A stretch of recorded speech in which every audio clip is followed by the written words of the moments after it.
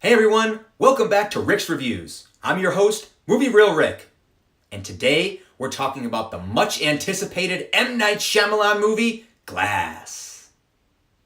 Glass is a hybrid sequel to not just one, but two previous M. Night Shyamalan movies, Unbreakable from the year 2000 and Split from 2016.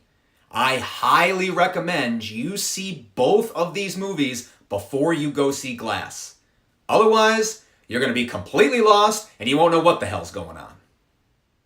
The writer and director of this movie is M. Night Shyamalan, who's best known for his 1999 blockbuster hit, The Sixth Sense. This movie launched Shyamalan into instant fame, empowering him to make a long list of movies, all of which bear his signature twist ending, for which he's best known. Some of these endings are crazy epic and mind-blowing, while others are pretty lackluster or just plain dumb.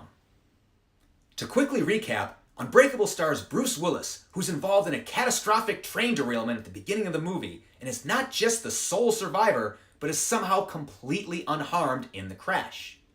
Samuel L. Jackson plays an eccentric art studio owner with a rare genetic disorder called osteogenesis imperfecta, which essentially makes his bones as fragile as glass, leading to his childhood nickname, Mr. Glass. Sam Jackson tracks down Bruce Willis after hearing about the train derailment and presents him with an intriguing theory that if he's on one end of the spectrum with extremely delicate bones that break very easily, there must be others on the opposite end of the spectrum with extremely dense bones that don't break at all. He believes that Bruce Willis is one of these individuals, which is why he came out unscathed from the train crash. Further, he believes Bruce Willis is destined to use his powers to help others. So essentially, he thinks Bruce Willis is a superhero. The movie plays out from there, and we find out whether or not Bruce Willis is just the luckiest guy in the world, or if he truly is unbreakable. The other prerequisite movie you need to see before you see Glass is Split, starring James McAvoy, who you'll recognize as Professor X from all the latest X-Men movies. In Split, McAvoy plays a man suffering from dissociative identity disorder with 23 distinct identities, one of which kidnaps 3 hard-bodied teenagers for the purpose of feeding them to the Beast, a yet unseen 24th identity with alleged superhuman strength and a real nasty temperament. The movie then goes on to showcase some of the most phenomenal acting ever captured on film as McAvoy taunts and torments his victims, all while flawlessly transitioning between his various identities, which range from a 9-year-old boy to an old woman. Bruce Willis has a cameo at the end that ties in Unbreakable and sets up the sequel, Glass. In Glass, all 3 of these characters are thrown into the nut house together under the supervision of a psychiatrist specializing in superhero delusions, who sets out to convince these 3 that they are no more than ordinary humans with mental disorders, and that any superpowers they think they may or may not have is simply a fantasy. Needless to say, therapy doesn't exactly go according to the good doctor's plan, and all hell breaks loose. Overall, I thought this was a very entertaining movie with some absolutely incredible acting by James McAvoy. I enjoyed all the colorful characters. I really liked the general premise of them all being locked up together. I like the Dana Scully type therapist who somehow always manages to explain away the supernatural with science. And I really appreciate how they brought back some of the same actors from the original movies to reprise their supporting roles. But there was a lot about this movie that I did not like. I thought a lot of the setup with the asylum was just too unrealistic, with each character given their own huge room with all these elaborate custom contraptions designed to keep them from escaping.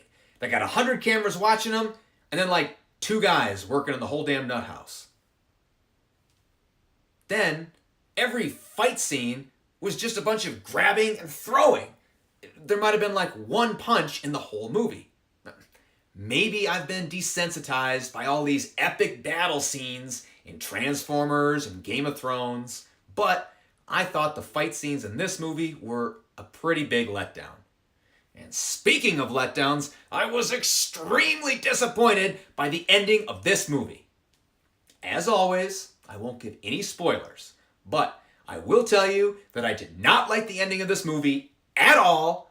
I thought the twist was just and the whole thing just seemed very sloppy and lazy, leaving me feeling very unfulfilled and disappointed. Overall, Glass was a pretty entertaining movie, but had a ton of potential that was nowhere near fully realized. Considering M. Night Shyamalan had nearly 2 decades since Unbreakable to draft an epic sequel, he really dropped the ball with the conclusion of this movie. Much like his other mistwist film Signs, Glass is a really good movie with steady build-up until the very end, which is so dissatisfying that it retroactively ruins the entire movie. I was hell-bent on seeing this no matter what the critics said, so I'm not saying don't go see this movie. But what I am saying is, get ready to be disappointed like an 8-year-old who finds out his biggest Christmas present is a box of clothes from grandma. Hey, thanks for watching. If you enjoyed my review, please like and subscribe, and comment below on what you thought of the movie and my review. And tune in next Friday and every Friday for new reviews on movies and TV shows. Same Rick time, same Rick channel. Thanks for watching Movie Real Rick.